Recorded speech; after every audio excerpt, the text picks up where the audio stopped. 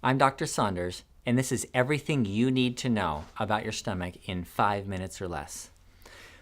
Most of us have always thought of the stomach as a holding tank, that it's just something that holds onto our food so we can eat more and more and more, and it just allows it like to tank it to a place for it to sit. But actually, the stomach is a highly specialized endocrine organ that allows food to be released a little bit at a time so that we don't overflood the small intestine so it can absorb all of our nutrients properly. What's very interesting about this process is the stomach lets out food according to calories. So the more calories food has, or the more calorie dense food is, the slower it's released. Something like pizza that's pure calories, all it is carbohydrates, fat, and protein, is going to be released very slowly. So if you fill up and eat half a pizza, it could take 8 hours to empty out of your stomach. Whereas if you have something like a salad, a chicken salad, for example, where there's a lot of fiber and not very many calories, it's going to empty out much more quickly, so you have an empty stomach. Why is that important? Well, because the stomach makes acid to help digest especially proteins. And the cells that make the acid need to reset between meals, and they reset when the stomach is empty. The empty stomach produces a hormone called ghrelin and other hormones that allow you to feel hungry and to reset the system, so that when you smell food, your saliva you start producing saliva. Well, at the same time, your stomach is producing acid and enzymes necessary to digest your food.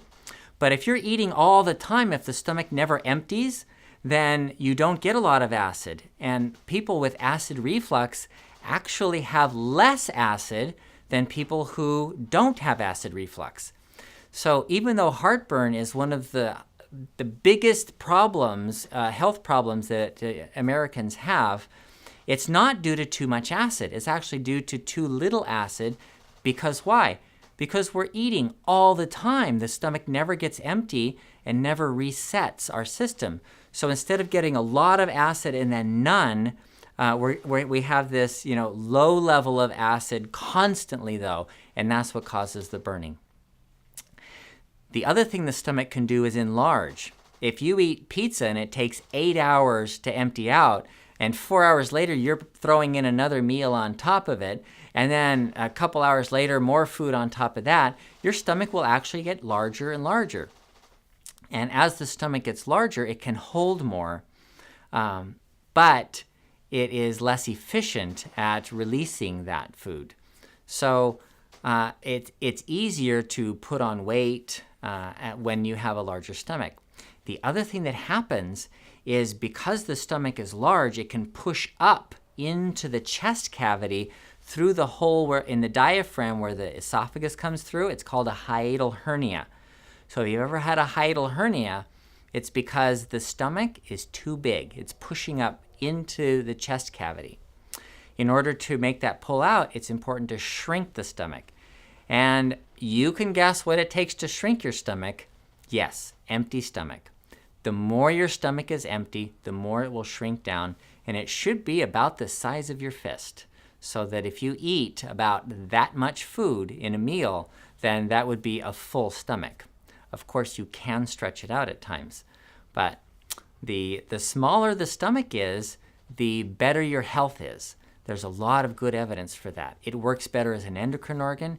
And what's really interesting is when surgery is done and they shrink the stomach down to about the size, about 50 cc's, before the people even leave the hospital after they've had their surgery, their diabetes improves and their blood sugar comes down to normal and they're able to get off their medications.